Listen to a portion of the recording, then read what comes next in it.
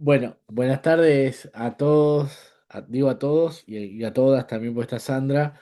Hoy damos inicio al segundo de los seminarios de, de este curso. Y este seminario es medio un puente. No es un destino en sí mismo, sino que tiene que ver con entender algunas cuestiones de base para luego poder aprovechar mejor algunas tecnologías de punta, ¿sí? Como las que van a trabajar con Sandra en representación o en procesamiento de imágenes y que van a trabajar conmigo en modelado y generación de contenido, ¿sí? Fundamentalmente textual, pero también vamos a ver algo a partir de modelos basados en difusores, si es que no lo ven con Sandra, lo veremos, de audio y de imágenes. Así que para entender todos esos modelos más nuevos, ¿sí? Cuando hablamos de difusores, por ejemplo, hablamos de 2020. Bueno, cuando hablamos de convolucionales, creo que hablamos en el 98, el famoso paper de LeCun, eh, pero que tiene todavía mucha vigencia. Cuando hablamos de Transformers, saben, porque lo venimos trabajando, que hablamos de 2017 para acá, 2017 como arquitectura, 2018 como primer modelo de representación exitoso con BERT y 2020 con el paper de, de OpenAI, este de LLM, Few Short Learners, como puntapié de los modelos de lenguaje modernos, ¿no? Así que estamos hablando de tecnologías bastante nuevas, pero que en el fondo siguen teniendo muchos conceptos que vamos a trabajar entre este encuentro y el que viene, en donde vamos a ver un poco cómo aprende una red neuronal. Algunas cuestiones de base vimos en el curso pasado, pero menos de lo que hubiéramos querido. Vamos a tratar de verlo a fondo. Así que bueno, sin más preámbulos, arrancamos primero con un pequeño recorrido de cómo van surgiendo o cómo surgieron las redes neuronales. En todo caso, Sandra, que sabe mucho de este tema, me va complementando, me va peleando y nos iremos peleando en vivo, quedará grabado, será épico. De Cualquier cosa. ninguna manera y bajo ningún concepto. Y cualquier cosa, lo mismo ustedes, me van parando, van preguntando. Algunas cuestiones de esta, alguna diapo les puede haber parecido familiar porque las incorporamos de alguna manera para poder entender algunas cuestiones del módulo de feed forward en Transformers, ¿no? Pero bueno, los vamos a ver con mayor nivel de detalle en este seminario. Un poco las redes neuronales nacen allá por la década del 40 a partir de toda una movida. Del establishment y también de inversión asociada a tratar de replicar, ¿sí? Un poco la idea de inteligencia humana, ¿sí? Y hay como una oleada de investigadores asociados a distintas disciplinas, ¿sí? Que de alguna manera intentaban modelar el comportamiento de la inteligencia humana a partir de las computadoras y asociado a ello surge, ¿sí?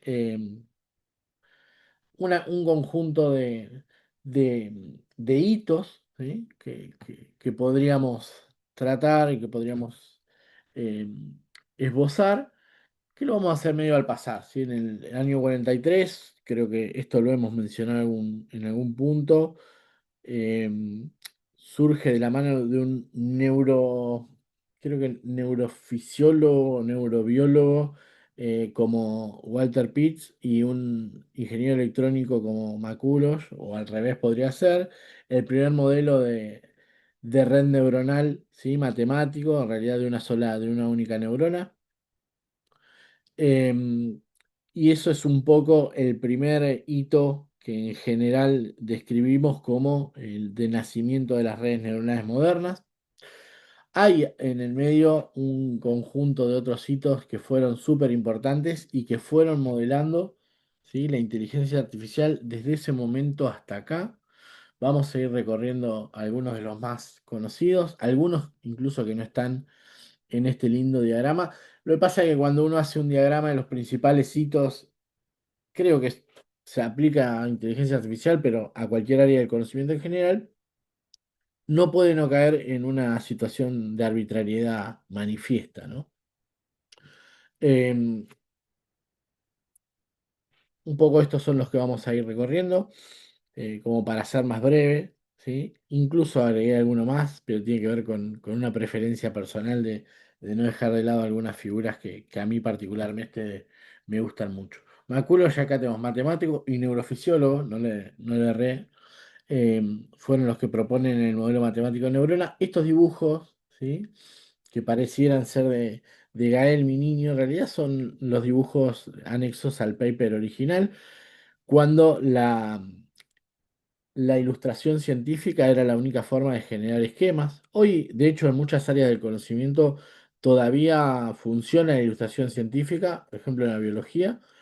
En nuestra área lo hemos reemplazado por esquemas, pero en este caso estábamos viendo en la primera idea de una neurona artificial de la mano de estos científicos, ¿sí? En el 50, y acá un pico de arbitrariedad manifiesta, aparece un paper que para mí es muy bonito de leer, que se llama, que es de nada menos que Alan Turing, para mi gusto, el padre de la ciencia de la computación. Se llama Computing Machinery and Intelligence. Y él empieza el paper con el título de esta diapo. Dice, propongo considerar la siguiente cuestión: ¿qué pasaría si las máquinas pueden pensar? ¿Sí? Y si bien no hace alusión a la inteligencia artificial, término que se acuña 6 años después en la conferencia de Dartmouth, ¿sí? Da muchas nociones de lo que debiera ser la inteligencia artificial, eh, esquematiza y conceptualiza de manera brillante. Piensen en un contexto en el cual las computadoras no eran algo que nos cruzábamos todos los días, lo que sería luego la inteligencia artificial moderna, y de hecho pone un poco el caballo delante del carro y plantea qué es lo que para él debiera ser la inteligencia artificial a partir de este juego de imitación o que luego se conoció como test de Turing, en donde él plantea, bueno, si hubiera, ¿qué es la inteligencia artificial? La inteligencia de máquinas, plantea, imagínense que hubiera una persona en una habitación y está dialogando, ¿sí? Por medio de un dispositivo con alguien al cabo de un tiempo, y al cabo de un tiempo no logra darse cuenta si está hablando con una computadora o una persona. Si fuera esa contraparte con la cual está dialogando una computadora, entonces se podría decir, dice él, que esa computadora es inteligente, ¿no? Y cuando hablamos un poco de esto, hablamos, ¿sí? O seguramente se nos viene a la mente noviembre de 2022, el surgimiento de ChatGPT y un poco esta mirada de la inteligencia de máquinas, ¿sí? Seguramente ustedes o nosotros que somos tecnólogos no, pero si algún tío, alguna tía nuestra lo pusiéramos a charlar con ChatGPT en noviembre de 2022, probablemente le hiciéramos creer que hay una persona del otro lado. De hecho, no sé si conocen la startup india esta que consiguió no sé cuántos millones de dólares en financiamiento. ¿La conocen el cuento ese? No es un cuento, es una realidad. Una empresa india. Sí, sí, que eran todos indios. Eran, Del otro lado había opción B, ¿sí? Bueno, ChatGPT puede dar esa sensación, ¿no es cierta?, de que hay del otro lado una persona. En esto de los indios se lo tomaron muy en serio al test de Turing o el juego de imitación. Eh, pero bueno, un poco eso es lo que aporta Turing, una conceptualización y un juego de imitación como para delimitar qué es lo que debiera ser para él, o en palabras de él, la inteligencia de máquinas, ¿no? Aparece en el 57 de la mano de Rosenblatt, ¿sí? El primer perceptrón, ¿sí? Pero perceptrón en términos de implementación. Cuando hablamos de un perceptrón, hablamos de una red neuronal de una única neurona, que es como vamos a iniciar el encuentro de hoy.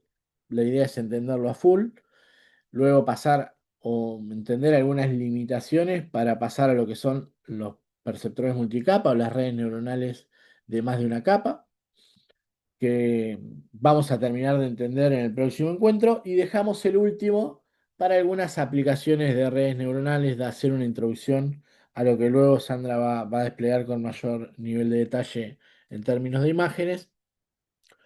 y a lo que también vamos a trabajar nosotros con modelos de lenguaje. Dicho sea de paso, finalmente fue una buena idea el seminario de imágenes porque vi que los dos proyectos que estuvieron trabajando con David y con Sandra tienen imágenes en el núcleo. Les cuento que en el laboratorio ahora mismo estamos trabajando en, en un, en un agente conversacional eh, que entiende de la historia de la UNLU, ¿sí? Desarrollamos dos scrappers que básicamente se roban, creo que los conté, pero ya estamos en un estadio bastante avanzado. Dos scrappers que se roban todos los documentos públicos de la Universidad Nacional de Luján, ¿sí? Y estamos fine-tuneando un modelo de lenguaje con esa información. También estamos haciendo lo mismo con el repositorio CEDICI, no sé si lo conocen, de la Universidad Nacional de La Plata, en el marco de una tesis de maestría que estoy dirigiendo también allá. Eh, y bueno, un poco acá, no sé cómo llegué a eso, pero bueno, un poco las bases de lo que estamos viendo sirven para entender lo que viene, ¿no? Juan, te Sí. puedo preguntar, ¿esa es la opción que te da como de ChatGPT, de plataforma o no? Es, Es una forma comercial de implementarlo. Nosotros lo estamos no, no, sí, trabajando. a lo que voy es que nos dieron ¿cómo se llama? Una aplicación para abrir dentro de ChatGPT, que es como un chat, es ese, ¿no? No, en realidad, a ver, lo que ChatGPT te propone y te provee es un conjunto de herramientas, ¿sí? Por un lado, hace poco, hará unos 4 meses, lanzó un gestor de agentes, ¿sí? Obviamente es privativo y tiene todos los componentes son de OpenAI, lo cual tiene cierta limitante, pero es súper interesante. Yo en un curso que doy de automatización de procesos, que lo doy fundamentalmente con N8N, también muestro el gestor de agentes de OpenAI. También tiene un apartado para la generación de soluciones a partir de RAG, de Retrieval Augmented Generation, ¿sí? Pero lo que sucede en ese contexto es que son soluciones muy sencillas de implementar, pero en las cuales uno está cediendo cierta soberanía en términos de la inferencia de la respuesta. ¿Qué quiero decir?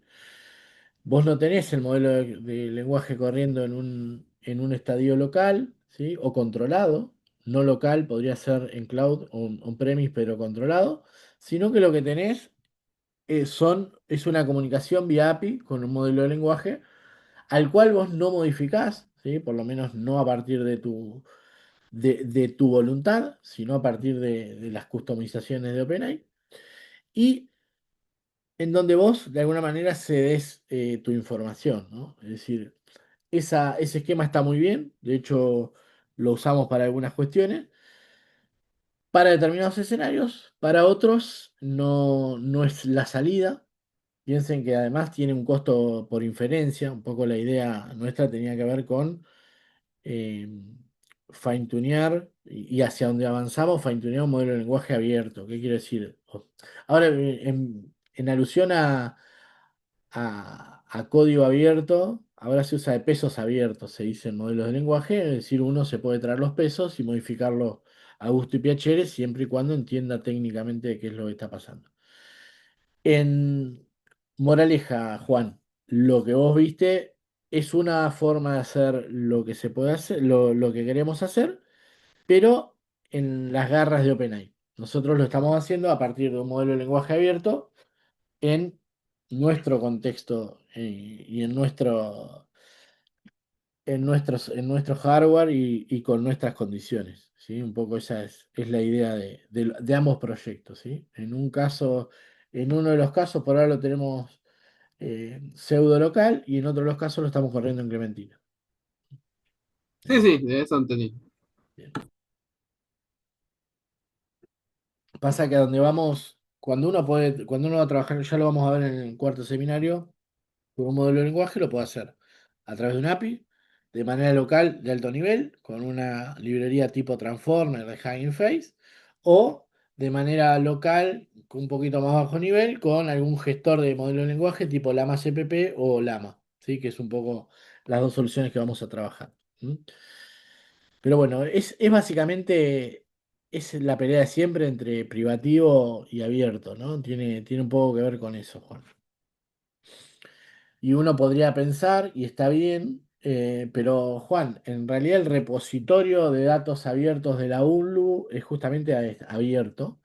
Sí, eso es verdad. Lo que pasa es que por el momento tenemos una ventaja competitiva en términos de que eh, los o el repositorio de datos con el cual se entrena esos modelos de lenguaje no presta especial atención a nuestros repositorios, con lo cual no se vuelve, no es un especialista en términos de nuestra información, si bien es verdad que tiene o podrían tener acceso tranquilamente. ¿Mm? Pero bueno, no sé cómo llegué hasta ahí. Espero haberte respondido, Juan. Y volvemos al Sí, perceptrón. sí, sí. Bueno, básicamente el perceptrón admite, ¿sí?, un conjunto de entradas, las va a procesar, ¿sí? Las va a procesar este perceptrón de Rosenblatt, las va a procesar a partir de una combinación lineal, le va a aplicar una función de activación muy sencilla, de tipo escalón, y va a resolver el perceptrón de Rosenblatt, va a resolver problemas de clasificación binaria, ¿sí? Como ustedes conocen. Verdadero o falso, blanco o negro, sí o no. ¿Mm? Ahora vamos a ver cómo. Un poco, un perceptrón tiene, ¿sí?, un conjunto de entradas, como les decía, numéricas. Eso hasta el día de hoy no ha cambiado. Es decir, las redes neuronales, pero como si admiten cualquier tipo de información. Sí, es verdad, pero siempre codificada a partir de una estructura numérica, ya sea en textos con los embedding, en imágenes a partir de las representaciones de los códigos de las imágenes, en sonido numerizando las señales, en un montón de situaciones, pero siempre los inputs vamos a asociarlos a entradas numéricas, ¿sí? Vamos a tener que modelar nuestros inputs a partir de valores numéricos. ¿Mm? Entonces, lo primero que vamos a recibir es un conjunto de entradas de 1 a n, y cada una de esas n entradas tienen que ver con una variable, ¿sí? En principio podemos tomarlo así. Esa red neuronal va a tener o va a asignar, ¿sí?, va a estar esperando a cada una de esas entradas un peso, ¿sí?, que forma parte, ese peso o ese conjunto de pesos, forma parte o comprende la inteligencia o el conocimiento de esa red neuronal. ¿Mm? El modelo, ¿sí?, va a hacer este cálculo, una combinación lineal entre los inputs, los va a multiplicar por los pesos, que inicialmente van a ser aleatorios, ¿sí?, y los va a introducir en una sumatoria, a la cual además le va a incorporar un bias, que ese va a ser propio de la red neuronal.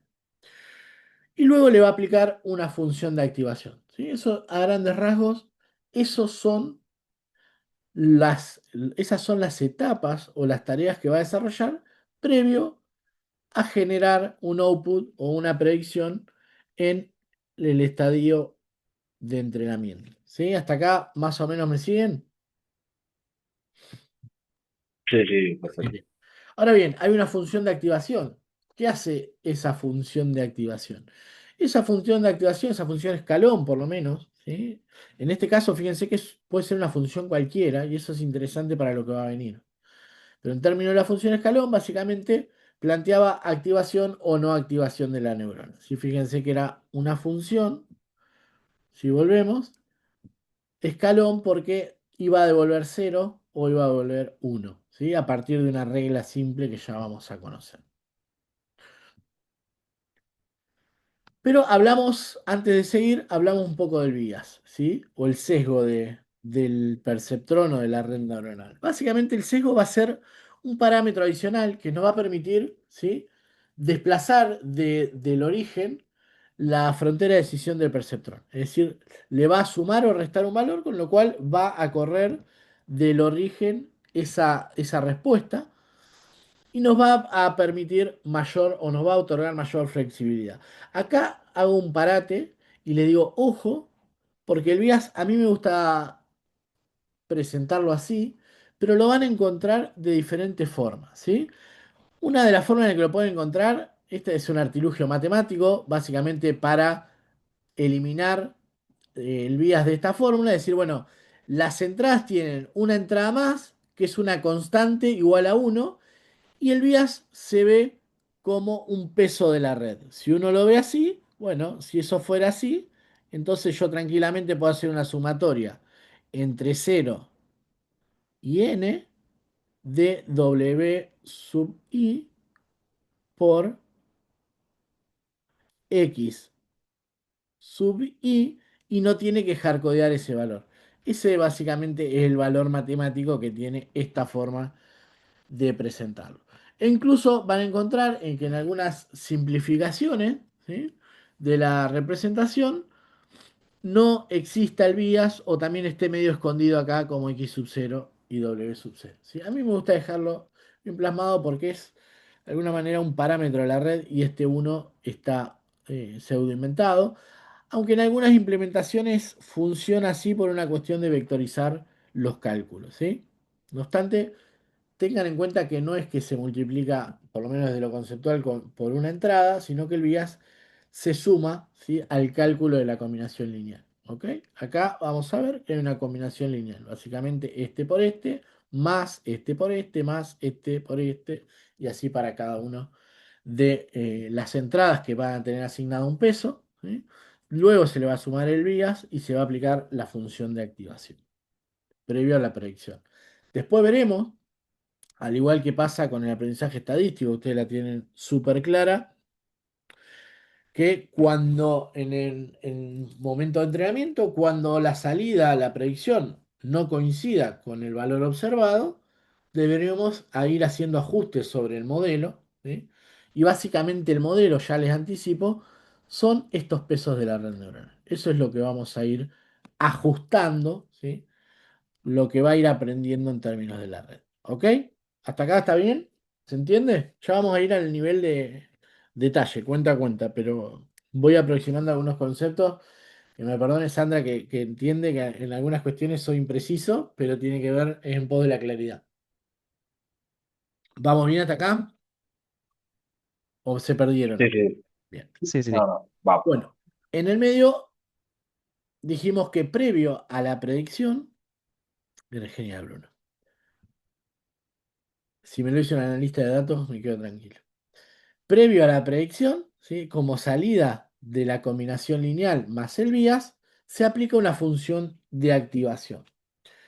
Básicamente esa función de activación tiene un objetivo clave y tiene que ver con aplicar algo que transforme esa salida, ¿sí?, en un sentido potencialmente no lineal, ¿sí?, o en un sentido diferente a una simple combinación lineal. Porque si lo dejáramos en términos de una combinación lineal, ¿a qué se parece esto?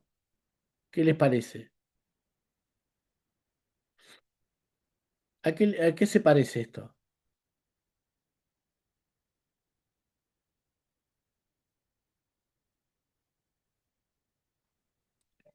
Bruno, como profe de matemáticas, seguro lo dijo. Ahí te lo puso en el chat. Exactamente, es una ecuación lineal, ¿sí? Entonces, si no tenemos función de activación, se va a parecer mucho. Uy, hice ganar. Al ajuste. Esperen que no sé por qué. Ah, cambié el coso. Cambié el perfil, ahí está. Perdón, ¿eh? Se va a parecer mucho a la ecuación de una recta y todo lo que va a poder ajustar, si se parece a la ecuación de una recta sin una función que modifique ese comportamiento, va a ser una suerte de regresión. Entonces la función de activación le va a dar mayor flexibilidad a la red neuronal. Por ejemplo, ¿sí?, en el caso, exactamente, tiene que ver con romper esa linealidad en caso en que necesitemos romperla, Bruno, ¿sí? Es decir, a ver si está acá. No, acá no está, pero más adelante sí.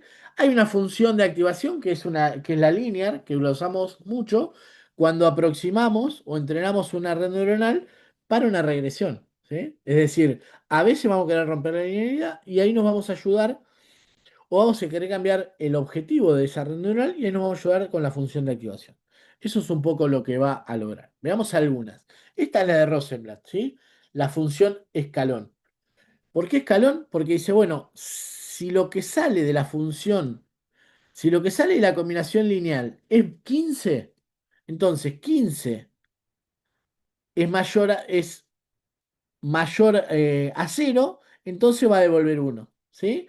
Si lo que sale, vamos a hacerlo acá, es 5, bueno, les juro que quise hacer un 5. ¿Qué les parece que va a devolver la función escalón? Uno, Uno, ¿sí? Si x es mayor a cero, devuelve uno. Si es 3, ¿qué devuelve? uno. Si es menos 5, cero. Qué Exactamente. difícil. Eso es lo que va a hacer el perceptrón en la función escalón, ¿sí?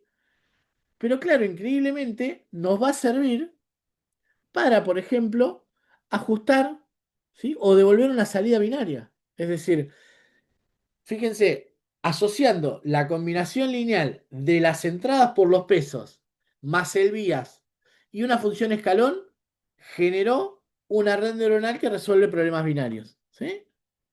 Una red neuronal sencillita, base, ¿sí? Ni levantadero ni aire, pero que resuelve un problema de clasificación binaria, como los que ustedes trabajaron y resolvieron con XGBoost, con Random Forest, ¿sí? Con Decision Tree Classifier, con máquina vector soporte, con cualquiera de las técnicas que vi.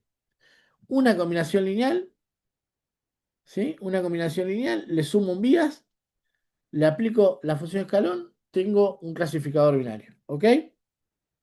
Ahora bien, como decíamos ante el muy buen aporte de Bruno, algunas veces vamos a usar una función de activación lineal, por ejemplo, cuando no queremos restringir la salida a 0, 1, ¿sí? O a un conjunto de etiquetas, sino que queremos una salida abierta sin, sin restringir, por ejemplo, cuando queremos ajustar una regresión a partir de una red neuronal, que lo hacen muy bien también, ¿sí? No lo hacen de forma analítica, como la regresión lineal de Fisher, ¿eh? No lo recuerdo, ahora, lo voy a buscar. Pero lo hacen por fuerza bruta, como vamos a ver, y lo hacen muy bien. También ajustan regresiones no lineales de una manera muy bonita, se los voy a mostrar en la notebook si llegamos, que calculo que sí. O también podríamos tranquilamente establecer, ¿sí?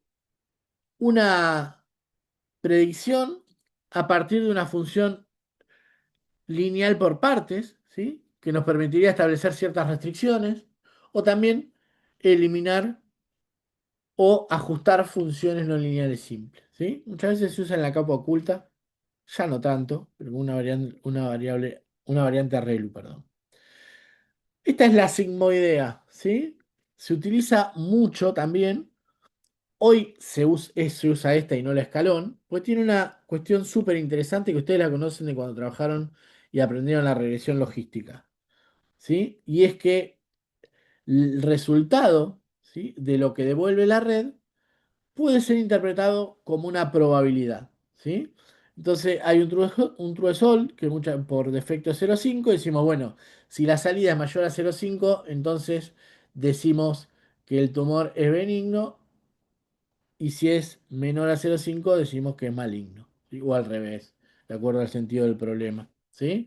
O uno puede ir corriendo el prosol, y esto se aplica para clasificación binaria, ¿sí? Y lo interesante es que podemos interpretarlo con una probabilidad. ¿Lo recordaban de regresión logística más o menos? Sí, ¿No? sí. La idea es que ahí donde está el 0,5 es que sea exponencial, o sea, o es uno o menos uno. O sea, 1 o 0, sí. claro. ¿Sí? Uf, otra vez. Aguarden un segundo. Ahí va. Exactamente, ¿sí? A diferencia de la función de escalón, no solo nos indica una predicción de clase binaria, sino que nos aproxima una, una probabilidad. Hay diferentes variantes. Uno podría, ¿sí? Modificar la potencia de y ajustar otro tipo de sigmoideas, ¿sí? Y eso se usa de hecho. Una muy conocida pero muy sencilla es la ReLU. Fíjense la ReLU lo que hace. Dado A, te va a devolver el máximo entre A y cero, ¿sí? Es probablemente la más sencilla y la más utilizada, ¿sí? ¿Qué les parece que devuelve para 5?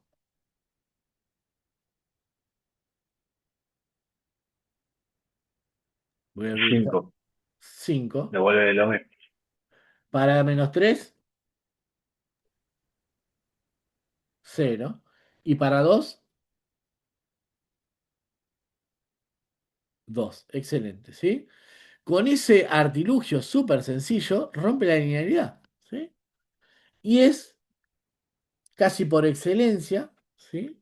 La función de activación utilizada en capas ocultas de redes neuronales. Se utiliza mucho, mucho, mucho. Y nosotros lo vamos a usar bastante. Y otra muy utilizada cuando trabajamos con clasificación multiclase, ¿sí?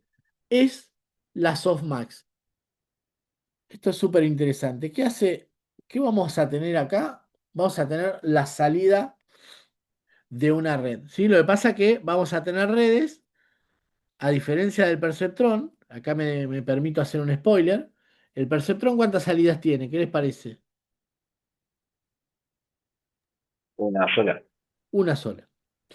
En cambio, en el softmax lo vamos a aplicar para clasificación multiclase, en donde, ¿sí? El perceptrón va a tener la red neuronal va a tener esta pinta, va a tener un conjunto de salidas, ¿sí? Imagínense que estas son neuronas bien dibujadas. Y acá vamos a tener otras neuronas, ¿sí? Si es fully connected, será este con este con este con este con este, con este con este. Y para atrás hay input y todo lo bueno. ¿Qué pasa? Si nosotros aplicamos softmax, lo que podría. Si nosotros, perdón, hacemos una combinación lineal, ¿sí? Con una función de activación, lo que podría salir de acá es algo como esto, ¿sí? Eh, Vamos a poner 4.1, 2 y 0.7, ¿sí? Supongamos que sale así. Es decir, yo quiero resolver un problema de clasificación multiclase, es decir, tres etiquetas. Acá tengo la etiqueta alto, ¿sí? Supongan que es riesgo cardíaco que hemos trabajado, medio y bajo, ¿ok? Y te devuelve estos valores. ¿Qué pasa? Estos valores dan idea de activación de las neuronas, pero no son interpretables como probabilidad. ¿Qué hace la función softmax? Dice, bueno, ¿cuánto es 4.1 más 2 más 0.7? Sería 6.1, 6.8. Lo que va a hacer es a 4.1 lo va a dividir por 6.8. Perdón, el segundo punto no va. Punto 8. Eso es un punto. El 2 lo va a dividir por 6.8. Y el 0.7 lo va a dividir por 6.8. ¿Qué logro con eso?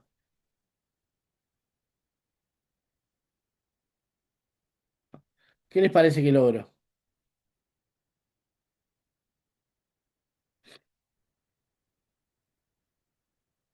Que las salidas estén entre 0 y 1.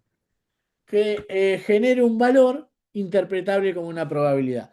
Entonces, acá va a dar algo similar a 0,50, si se quiere, 0,60 más o menos, 6 por 7, 42, 0,60, ¿no? 60. O 0,6 para ser correcto, pero bueno. Algo como 30, qué grande Juan. Y 0,1, acá me ayudó. ¿Sí? Entonces, ¿qué vamos a decir? Que el riesgo cardíaco, ¿cómo es? ¿Alto, medio o bajo?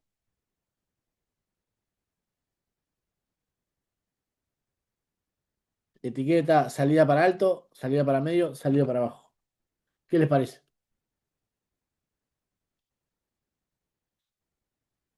¿No se entendió?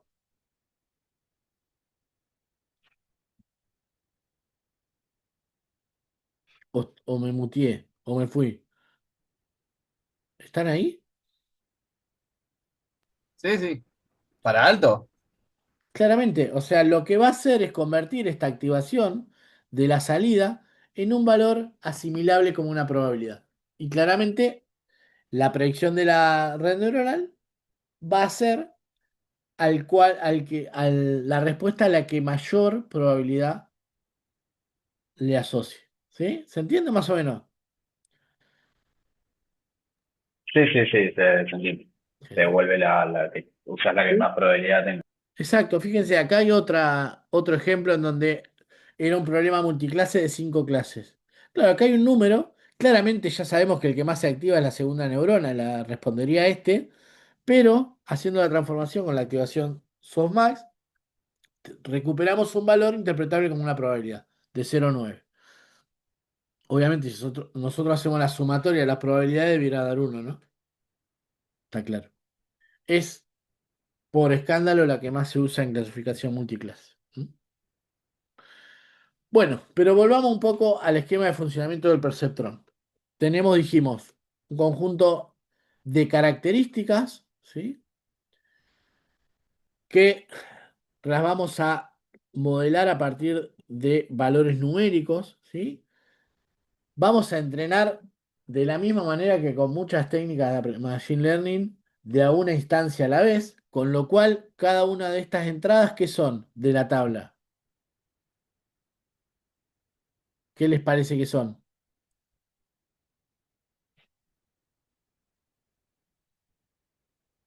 Yo tengo una tabla con valores, no voy a seguir hasta que no me respondan, ¿eh? Yo tengo una tabla con valores y voy entrenando de a una instancia a la vez. En realidad voy a entrenar de una instancia a la vez, de a una fila a la vez. Entonces, cada una de estas entradas, ¿qué son de la instancia? Piensen que esta es la clase, es la salida. Y este es el vector de características, ¿no? Como aprendimos en Machine Learning, es decir, la X grande. ¿Sí? Lo que vamos a modelar como entradas, básicamente, son cada una de las columnas de esa instancia. ¿Sí? Y lo que va a predecir la red neuronal es la I. ¿Sí? ¿Se ve? Esta podría ser, no sé, la altura de la persona, el peso, ¿sí? El género, ¿sí? Que tendremos que ver cómo lo modelamos a partir de una entrada numérica. Recuerden que dijimos, las redes neuronales, las viejas y las nuevas, aceptan input numéricos. ¿Sí? ¿Se entiende? Voy a ir entrenando, le voy a ir mostrando a la red neuronal de a una entrada a la vez. ¿Sí? De a una instancia a la vez. Y cada una de las entradas van a ser los valores, ¿sí? De cada una de las características de esa instancia. Me guardo la I, que es el valor observado, y veo cuál es la predicción. ¿Sí? ¿Me siguen hasta ahí? Voy a calcular mi predicción, es decir, multiplico esta entrada por esto, más esto por esto, más esto por esto, más esto por esto, le sumo el bias, ¿sí?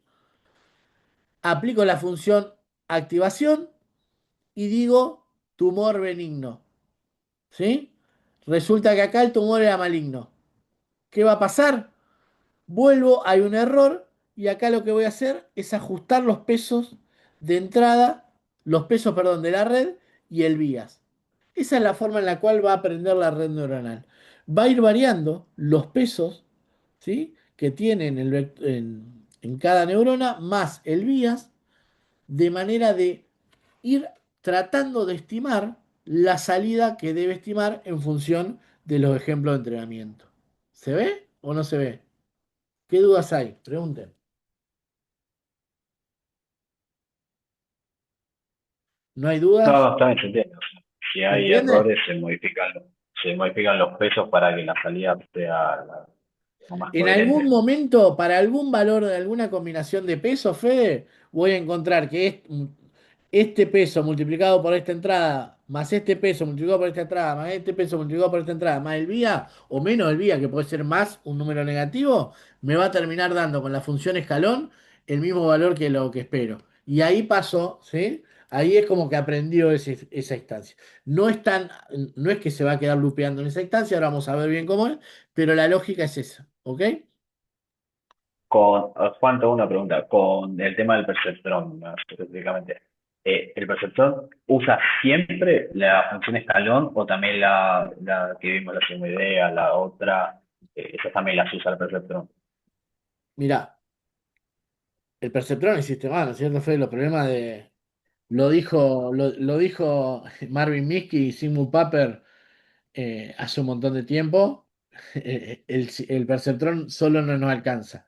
Pero la realidad es que el perceptrón, el de Rosenblatt, usaba la función escalón. Adaline fue el primer perceptrón que ajustaba regresiones, ¿sí? Creo en el 57, si no me equivoco. Ah, O perfecto, en el listo, listo. 60, ¿sí? Y ahí sí teníamos otra función de activación, que en realidad era libre, Ok, ¿sí? Em, listo, listo, gracias. pero Perdón que vamos te a hice ir, volver todo ahora para cuando atrás. pasemos a redes multicapa, vamos a ver cuándo se utiliza cada una de las que ya vimos, ¿sí? No hay muchas más que, Listo, perfecto. o sí hay. Lo interesante de eso, de este concepto, volviéndolo de fe, pues está bueno, es que lo interesante de que la predicción sea igual a la combinación lineal, y luego aplicar una función, es que esta función es libre. Es decir, si a mí se me ocurriera una función que para determinado tipo de problema ajusta mejor, ¿sí? Estaríamos dentro del paradigma de las redes neuronales también. Eso está interesante, ¿no? Las Claro, que pues yo vimos, pensaba eso de si en vez de modificar el peso, modificar la función, capaz que terminando mejor que. sí, sí, pero la función es parte de la arquitectura, Fede. Es decir, parte de los hiperparámetros. No es Ok. algo que vamos a modificar en tiempo de entrenamiento. ¿Te acordás de hiperparámetros Sí, de sí, Machine sí. No, Learning? no Esto estamos igual. así. Esto igual, los Perfecto. hiperparámetros no los modificamos en tiempo de entrenamiento, lo que modificamos en tiempo de entrenamiento son los parámetros, ¿sí? En todo caso Buenísimo. tendremos un grid search, ¿sí?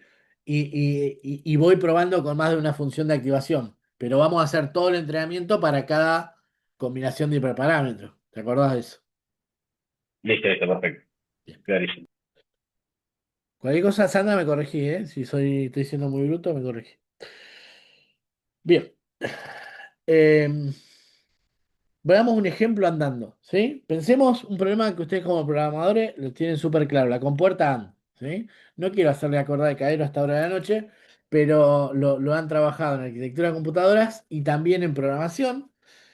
La, arquitect- eh, la,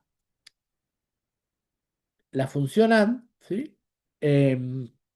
La compuerta, esta no me salía. La función AND básicamente es una función que dados dos parámetros devuelve una salida, ¿sí?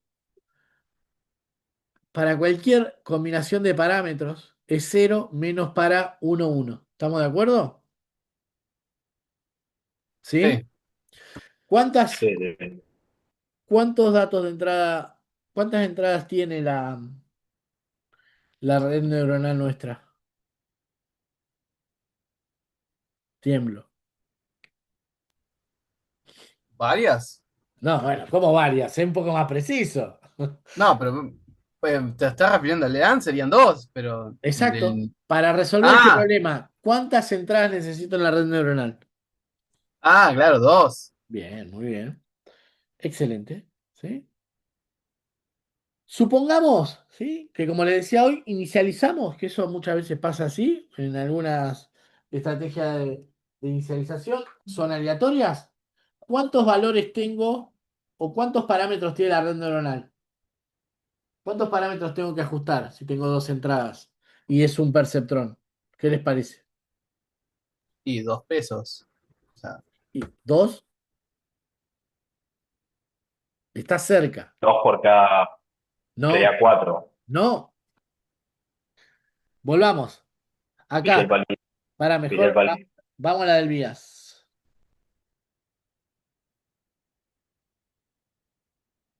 Uy, se me perdió. Esta. Tengo dos entradas. ¿Cuántos pesos tiene la red? ¿En cuántos cajones guarda el conocimiento mi pobre perceptrón? Acá tengo dos entradas, ¿sí? Estas dos. ¿Cuántos, cuántos cajoncitos para guardar información tiene? ¿Qué les parece? Tiene 3 por el vías. Vaya. Exactamente, Juan, muy bien. Te ganaste un chupetín. Sí. ¿Se entiende? ¿Me siguen hasta ahí? O sea, si tiene dos Ah, ok, ok, entradas, va a está tener bien. estos dos pesos, W sub uno, W sub 2 y el vías, ¿ok? Y B, ¿sí? ¿Estamos de acuerdo?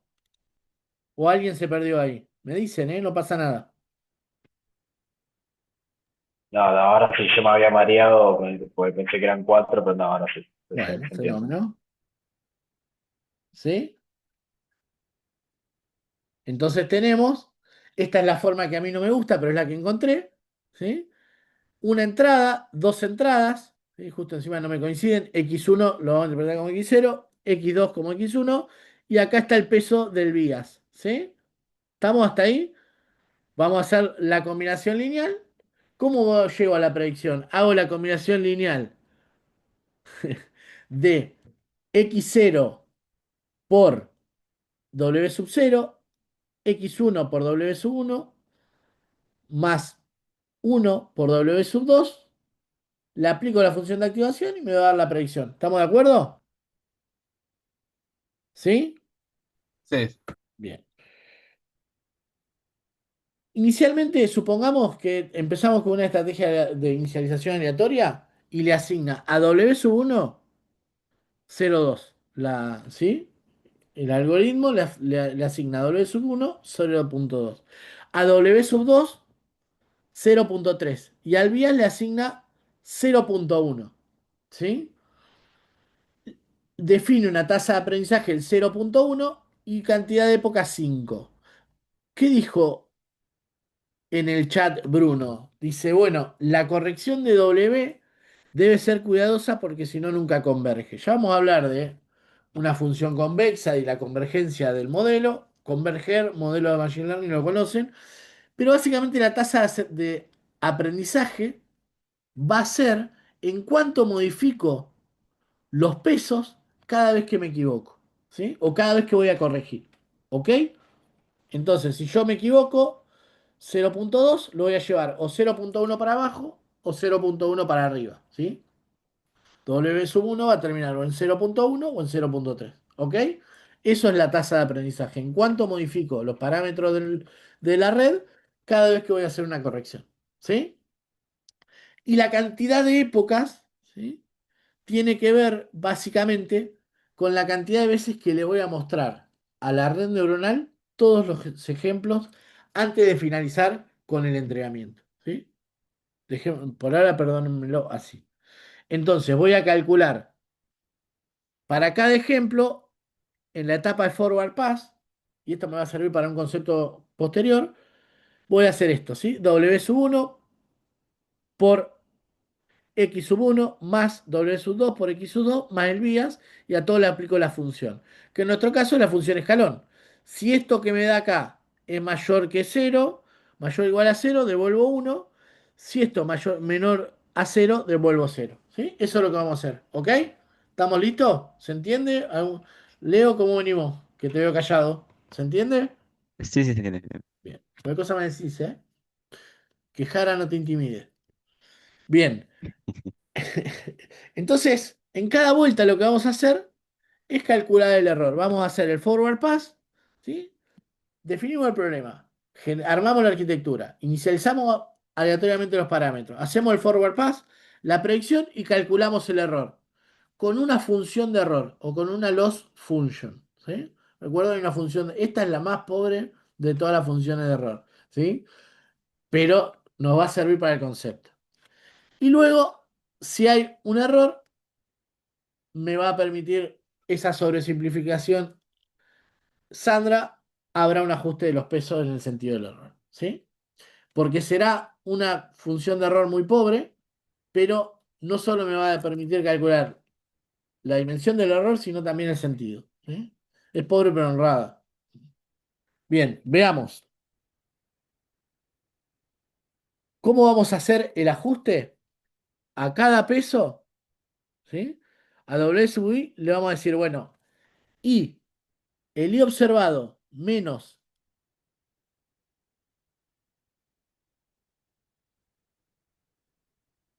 entonces el vector es un, sí, el vector es un vector. El error es un vector. El error no es un vector. No, no, porque es para cada parámetro. Ahí te lo muestro. A ver, lo vamos a ver en numerito. Pero ¿cómo se calcula? ¿Sí? Esto. Fíjense qué interesante. La variación, ¿sí? La regla de actualización es el valor observado, es decir, la etiqueta real, menos la predicción, ¿sí? Por la tasa de aprendizaje, ¿sí? Es decir, va a llevar tantos grados como tasa de aprendizaje por el valor original, ¿sí? Y en el caso del BIAS, como no tenemos X sub I, no tenemos peso de entrada, simplemente va a ser la tasa de aprendizaje por la diferencia entre la tasa observada y el error. Perdón, el valor observado y la predicción, ¿sí? Vamos a la predicción del valor 1. ¿Cuál es el valor 1? ¿Cuál es el valor observado para la primera instancia? El I observado, ¿cuál es? ¿Qué les parece? ¿Cuál es la primera instancia que tenemos en la tabla de land?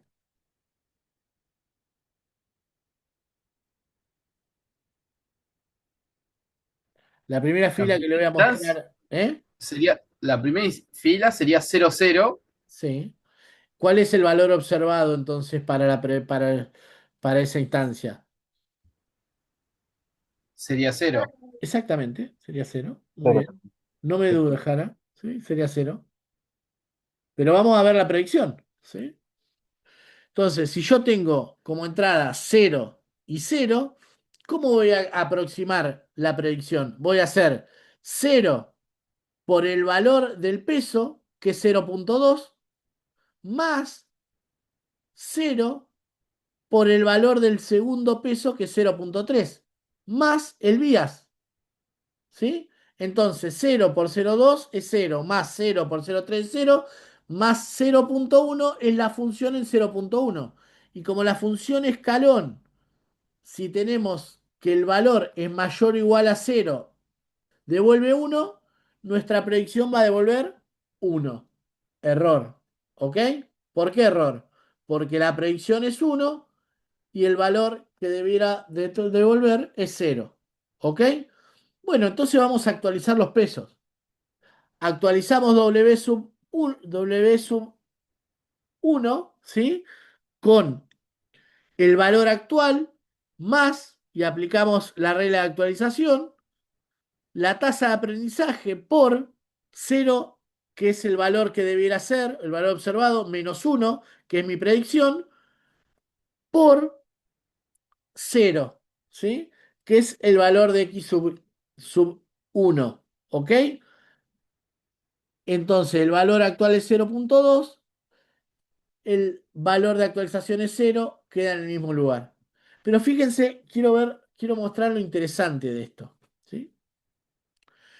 Si yo tengo 0,1 acá, la combinación lineal es 0,1.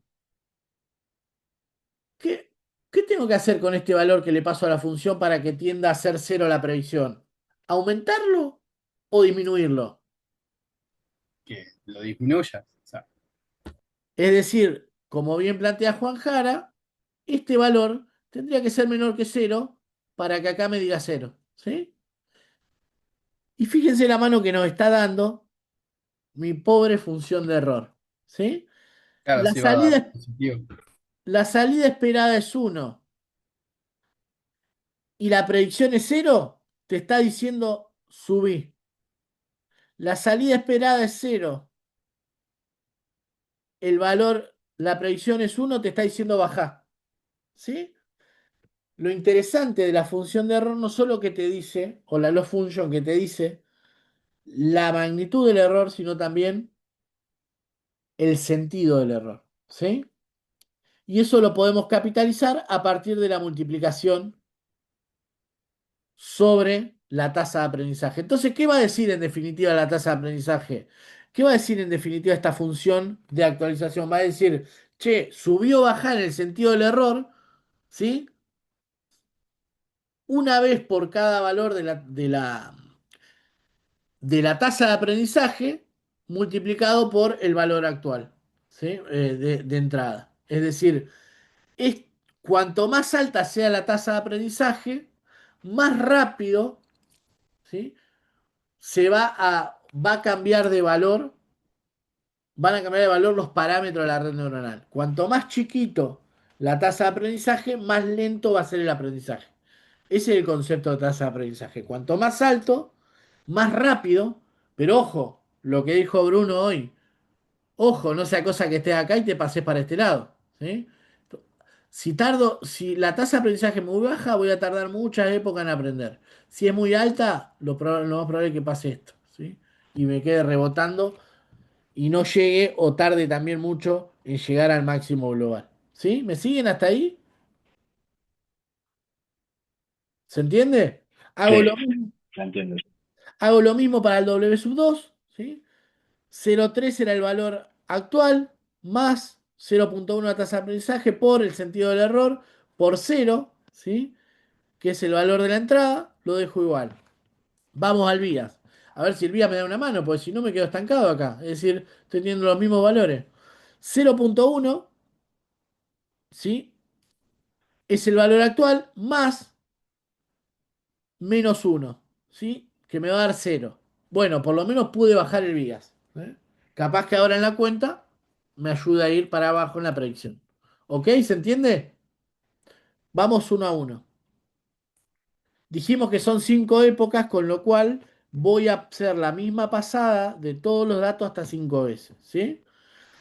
La realidad, acá vamos a converger. En la vida real, un problema medianito no va a converger, es decir, va a tener un error pequeño, pero va a terminar por cantidad de épocas, salvo que definamos un error mínimo, ¿sí? Pero no va a dar cero, sería el mundo ideal. Bueno, veamos qué es lo que va a pasar acá. Época uno, le muestro el primer ejemplo, 0, 0 y 0. Hago la predicción, 1. ¿Está bien o está mal? Está mal. Ah, entonces Está mal. actualizo los pesos, que es la cuenta que les mostré antes. 0 y 1, 0. Devuelve 1. ¿Está bien o está mal? No está mal. Entonces actualizo los pesos. 1 y 0 da 0 a cada uno. Actualizo los pesos. 1, 1 tiene que devolver 1. Devuelve 1. ¿Está bien o está mal? Está bien. Entonces vamos a tenerle fe, dijo la red neuronal. Y siguió con el mismo valor de parámetro al segundo ejemplo, al primer ejemplo de la segunda época. 0 y 0 tiene que dar 0. Ah, con este valor de parámetro dio 0. Bien, no actualizo nada. Paso al segundo ejemplo. 0 y 1 tiene que dar 0. Vamos que está aprendiendo. ¿Da 0? No. Entonces actualizo. ¿Sí? Voy al tercero. 1 y 0 tiene que dar 0. Da 0. No actualizo nada. Le tengo fe a estos parámetros. 1 y 1 tiene que dar 1. No, da 0. Entonces lo vuelvo a actualizar. Paso a la tercera época. ¿Sí? 0 y 0 tiene que dar 0. Da 0. Bien, no actualizo nada. Le tengo fe a los parámetros. 0 y 1 tiene que dar 0. Da 1. Pucha, actualizo. 1 y 0 tiene que dar 0. Da 0. 1 y 1 tiene que dar 1. Da 1. Vamos a la cuarta época. 0 y 0 tiene que dar 0. Da 0. Ahí lo tenía, Juan, mirá, ¿eh? Sí, da 0. Vamos a la segunda. Da 0. Vamos a la tercera. Da 0. Vamos a la cuarta. Da 0. Converge. ¿Sí? A la cuarta época converge con estos pesos. 0,2, 0,1 y -0,3 en el vías. Ese es el conocimiento de la red neuronal para resolver la tabla de verdad de LAN. ¿Se entiende? Tienen que entender a la cuenta, ¿eh? Al nivel de la cuentita, ¿sí? Lo preparamos para esta la clase, porque después se va a complicar. ¿Se entiende al nivel de la cuenta o quieren que veamos algo de esto? Por mi parte, se entiende. Bien, Sí, sí. genial. Vamos a hacer un recap, ¿sí? Clarita la cuenta. Bien, vamos a hacer una recapitulación, solo porque encontré este esquema que es súper bonito. Entramos, la entrada de datos, ¿sí? Codificamos los ejemplos como feature y clases. Features, numéricos, ¿sí? La restricción de las redes neuronales, solo numéricos. Separamos entre ítems, esto lo tiene re claro. Propagación hacia adelante. ¿Qué es el forward pass? La predicción, ¿sí? Hago la predicción a partir de la combinación lineal y la función de activación, ¿sí? Evalúo el error. A partir de esa predicción, verifico contra la salida esperada. Si hay error, ajusto los pesos en el sentido del error. Y voy iterando hasta que converja, ¿sí? Hasta que el error sea mínimo, ¿sí? Nunca, no vamos a tener la suerte de tener una tabla, es un problema muy sencillo, ¿sí? Y luego, bueno, con el dataset de test, vamos a verificar la capacidad de generalizar. Todo eso lo traen desde los cursos anteriores, ¿sí? ¿Hasta ahí vamos? ¿Se entendió el perceptrón multicapa? Pero como decía alguien, Sí, sí. cuando aprendes la respuesta, te cambian la pregunta, ¿sí? ¿Qué encontraron Marvin Minsky y Simon Papert? Creo que fue en el 69, si no me equivoco, podría estar errando, ¿eh? En su libro Perceptrons, ¿sí? Marvin Minsky, Sí. fundador del Laboratorio de Inteligencia Artificial del MIT, Simon Papert, matemático, uno de los máximos pedagogos de la historia, según los gustos, porque ahí no me voy a meter.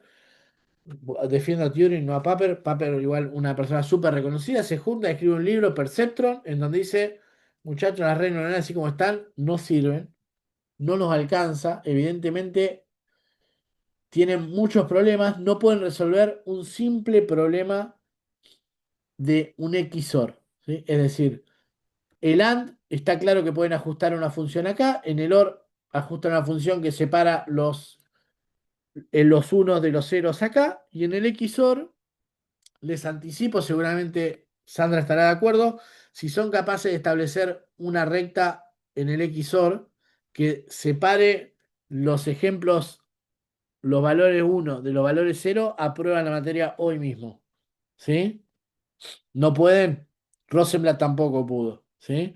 Es decir, lo que encontró, y ese fue el invierno de redes neuronales, es decir, nadie más después de Seymour Papert y Marvin Minsky se animó a investigar durante mucho tiempo en redes neuronales, porque el perceptrón no podía, ¿sí?, ajustar un problema no lineal.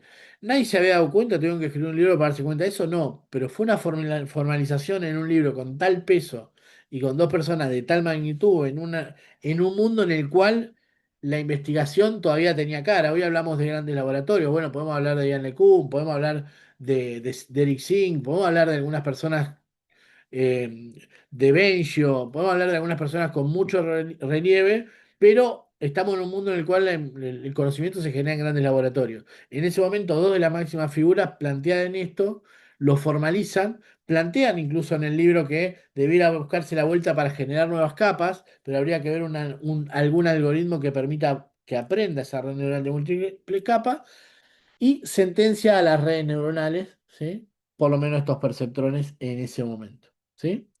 Ahora bien, aparece luego una solución, y nada menos que es la red neuronal multicapa o multilayer perceptron, es decir, perceptrón multicapa. Las redes neuronales multicapa, salvo las arquitecturas que vamos a determinar, son y cumplen la misma lógica que el perceptrón, pero cada neurona hace lo que vimos nosotros, ¿sí? Recibe las entradas, tiene un vector de peso, como decía Bruno, multiplica, combinación lineal, aplica función de activación, ¿sí? Todas las neuronas hacen eso, pero a su vez de esta salida es la entrada para otra neurona. Es la misma lógica que vemos en el perceptrón, pero para la red neuronal multicapa. Lo que cambia es el algoritmo de backpropagation, por el cual nada menos que Geoffrey Hinton, ¿sí? Bueno, y Hopfield también, en realidad él por otras cuestiones, y esto me encanta a mí, seguro a Bruno no, reciben en 2024 el Premio Nobel de Física, haciendo que genera un descubrimiento en el marco de la ciencia de la computación. Todos los físicos no estaban tan alegres, la realidad es que fue un descubrimiento súper relevante, ¿sí? Hinton va a aparecer, aparece cada tanto, dando algún pronóstico poco. Estuvo en Google hasta hace poco. Fue uno de los científicos más conocidos que firmó esta carta famosa de, creo que diciembre, noviembre de 2024, en donde pedían parar la inteligencia artificial por 6 meses. Te entiendo, Bruno, pero no esperaba otra cosa. un tipo súper reconocido con una mirada bastante pesimista de lo que viene respecto a la inteligencia artificial. Es un tipo que estuvo metido en Google hasta hace poco, con lo cual nos da que pensar. Pero bueno, un poco la historia es esta. Ellos se generan básicamente lo que nos faltaba para las redes neuronales multicapa, que es el algoritmo de backpropagation. Es decir, ¿qué es lo que hace? Y lo voy a dejar para el miércoles para explicarlo porque es bastante complejo. Pero ¿qué es básicamente lo que pasa? Yo tengo la neurona, ¿sí? Tenemos esta neurona. Hay un error en la predicción. ¿Qué ajusto? ¿Qué es lo que ajustamos? Si hay un error acá en la predicción. Acá. ¿Qué ajustamos? ¿Qué vimos que ajustamos? Los pesos. ¿Cuáles? ¿Cuáles, Bruno? ¿Qué pesos ajustamos acá? Todos, digamos, ¿no? Todos los pesos que tiene la red neuronal, lo ajustamos, ¿sí? Los dos de por la entrada y el del vía, ¿estamos de acuerdo? Hay un error en la predicción, ajustamos todos los pesos. ¿Estamos de acuerdo? Si no me pueden contestar eso, no me van a poder contestar lo que viene. ¿Estamos de acuerdo? Bien. Ahora hay un error en la predicción acá. ¿Qué ajusto? ¿Cuál peso ajusto de todo? Sí, claro. No, bueno, vamos a ver, y el algoritmo de backpropagation nos ayuda a eso. Si yo fuera ajustando todo lo que me va a pasar, es que no voy a terminar nunca de converger. Lo que hace el algoritmo de backpropagation es o propagar hacia atrás. Retropropagar, no sé si me lo aceptan. eh, el error y va a ir viendo, ¿sí? A partir de una regla de la cadena de derivadas que vamos a ir viendo, cuál es la contribución al error de cada neurona. Y en función de eso va a ir ajustando los pesos de las neuronas, ¿sí? Es impresionante. Es de hecho todavía el corazón exactamente. Es todavía el corazón de las redes neuronales, el algoritmo de backpropagation. ¿M? De hecho, en Transformer funciona exactamente así. ¿M? Bien, un poco esa es la idea, es decir, no podemos aplicar la regla del perceptrón porque no puede atribuirse a un peso determinado. Tenemos que ver cuáles son las neuronas, exactamente, cuáles son las neuronas que originan ese problema, ¿sí? Entonces, lo que hace la propagation justamente es eso. Entonces tenemos la forward pass, la propagación hacia adelante, en donde hacemos la predicción. Fíjense cómo vamos a ir, si me salió bien o si no salió bien, aprovechando conceptos del perceptrón. Vamos a hacer la forward pass, es decir, la predicción del valor, ¿sí? A partir de las entradas y los pesos. Voy a comparar con una loss function, ¿sí? La nuestra es la más pobre de todas, es decir, el i observado menos el i predicho. El tamaño, ¿sí? El tamaño del error y si se pudiera el sentido del error, eso va a ser el loss score. Y luego con un optimizador vamos a ir viendo que es parte de los hiperparámetros, voy a ir ajustando, gracias al algoritmo backpropagation, las neuronas en el sentido que necesiten ser ajustadas. ¿Sí? Eso es un poco la idea del algoritmo de backpropagation. De vuelta, vuelvo a pedir disculpas por las sobresimplificaciones, pero la idea es, tenemos unos cuantos conceptos por hoy como para eh, avanzar hacia adelante y vamos a dejar toda la cáscara como para entender bien el miércoles backpropagation. Entonces tenemos el forward, lo que expliqué recién, el forward pass, se propagan las entradas con los pesos, ¿sí? Las funciones de activación, cada neurona tiene una función de activación. En general, las arquitecturas definen que en cada capa, todas las neuronas de la capa tienen la misma función de activación, ¿sí? Eso ténganlo en cuenta. Básicamente por una cuestión de vectorizar los cálculos. ¿Sí? No quiere decir que si no, no sería una red neuronal, pero no conozco ninguna en la práctica que utilice diferentes funciones de activación para la misma capa de distintas neuronas, ¿sí? Podría haber y es una cuestión de mi ignorancia, pero yo no conozco. Eh, entonces, combinación lineal, este es el BIAS, ¿sí? Función de activación, y esto que era la salida de acá, pasa a ser la entrada de la siguiente capa, ¿sí? Esto se llama la red neural fully connected porque están conectadas todas con todas, pasa lo mismo. Estas que eran la salida de acá son las entradas a esta, combinación lineal, vías, función de activación y lo mismo pasa acá, ¿sí?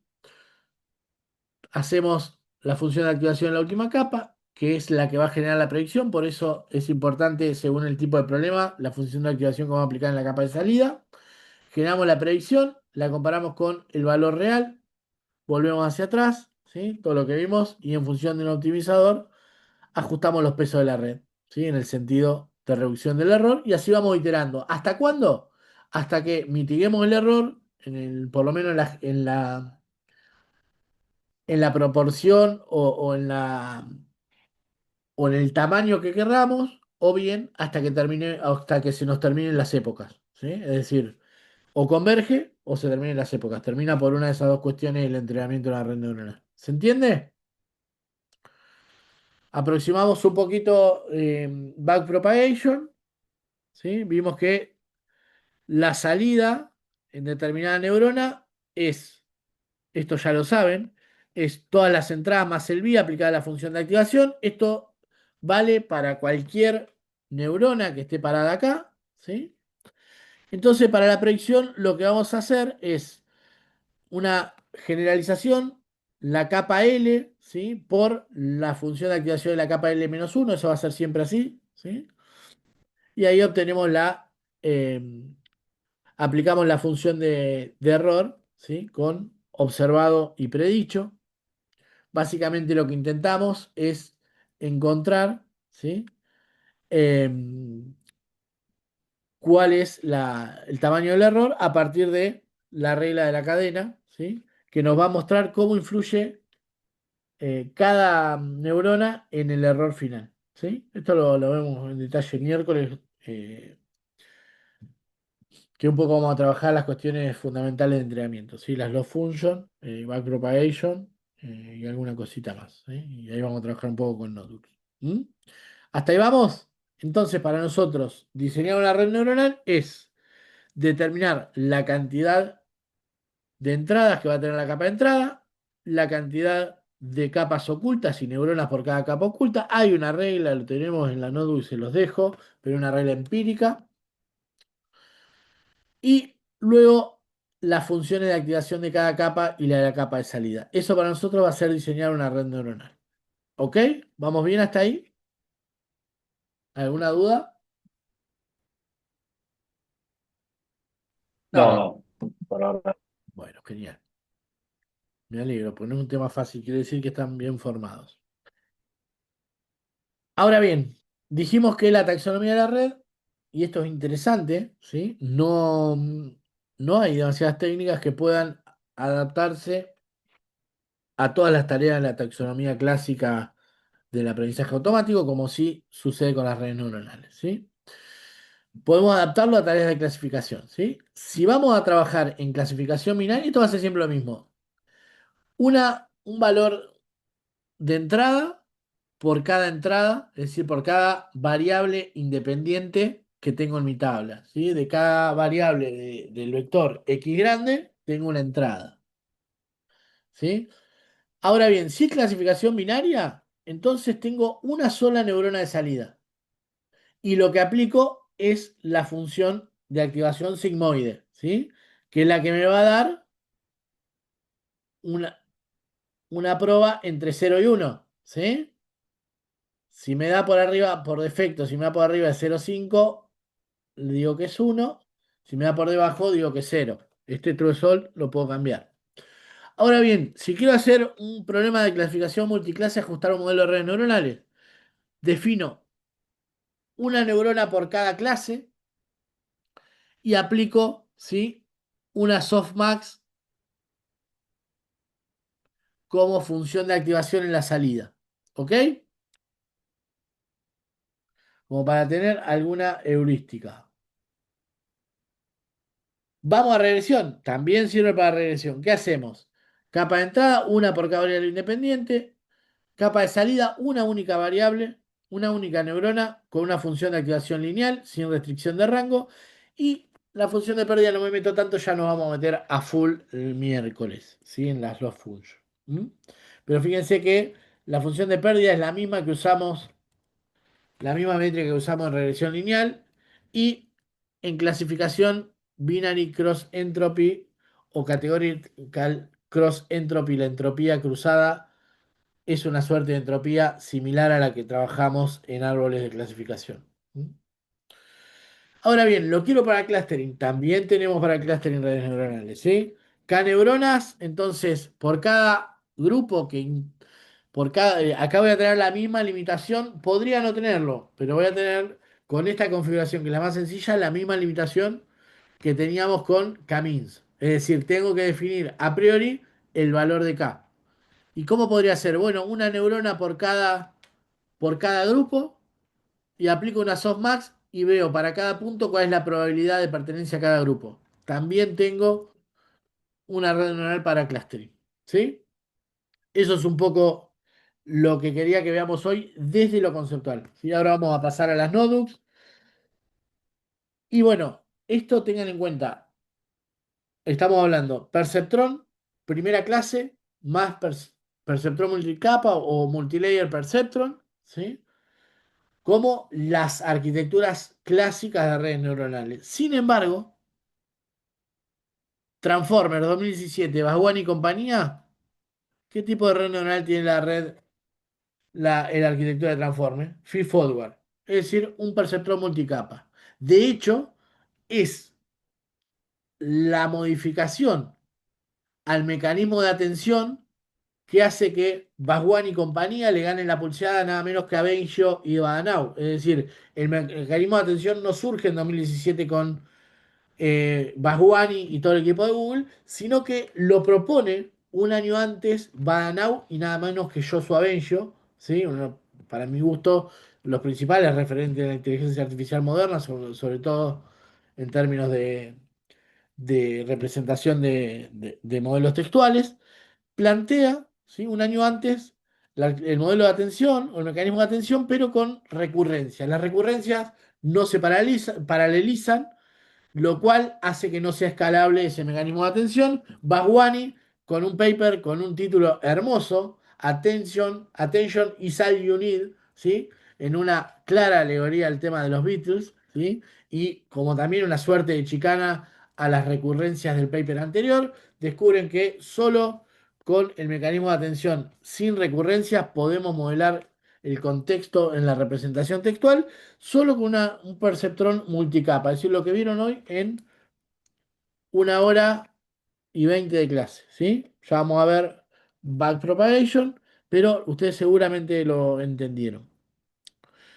Eh, Les cuento una anécdota, ya que estamos. Joshua Bengio, también en 2003, fue el que propuso las representaciones densas para los datos textuales. Es decir, vieron que nosotros vimos representación del texto, estadísticas, bolsa de palabra, siendo que tengo un documento, una fila, cada palabra una columna. Luego vienen los embeddings genéricos o estáticos, que son los de Mikolov, Google 2013. Bueno, en 2003 Joshua Bengio ya había anticipado los embeddings genéricos o estáticos para el texto, pero le pasó lo mismo que le pasó con Badanao después con el mecanismo de atención. Lo planteó con redes neuronales también con recurrencias, y lo que hace Mikolov de Google es reemplazar las arquitecturas de red neuronal por una red neuronal shallow, es decir, de una única capa oculta.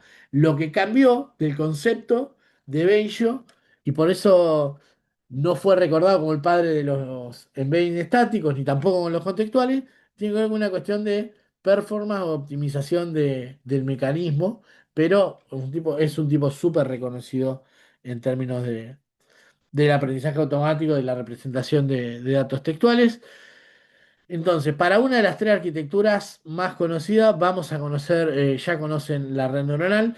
Para redes neuronales convolucionales, yo voy a hacer un primer approach y Sandra nos va a ayudar a terminar de entenderlo. Y después otras arquitecturas muy conocidas, por ejemplo, las recurrentes, ¿sí? Que las recurrentes se utilizaban para modelado de secuencias, ya sea análisis de serie de tiempo o datos textuales, es decir, todos datos que se lean en secuencia en conjunto en los datos textuales con embedding estático.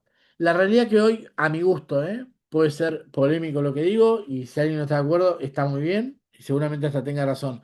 Las redes neuronales recurrentes son prácticamente parte de lo que ya no se usa, ¿sí? Es decir, si me preguntan por representaciones estadísticas de texto de documentos, la matriz término documento, les digo que hay modelos o situaciones en las cuales tenemos bajo poder de cómputo, necesitamos un problema simple que las usamos. Pero la diferencia entre usar embedding estáticos y redes recurrentes o usar embedding contextuales como transformer en términos de cómputo no es tanto y la performance es mucho mejor en el segundo caso. Así que esto probablemente lo vemos con Sandra, si lo damos o no, si lo explico o no. Me interesa la opinión de ella en esto. Y si no, vamos a ir por todos lugares, más los, las arquitecturas de generación de contenido, fundamentalmente texto, pero vamos a mostrar un poco de audio y imágenes también. ¿Mm? Sandra, ¿alguna cosa para agregar hasta acá? ¿Venimos bien, más o menos? No, yo no quería interrumpirte porque me parece que es importante la concentración en este tipo de contenidos, ¿viste? Porque uno se pierde fácilmente y donde perdiste el hilo, perdiste. No, me parece que está muy bien. En particular, las convolucionales aplican a este tipo de datos con el que voy a ofrecerles trabajar, que son las imágenes. Van muy bien con eso.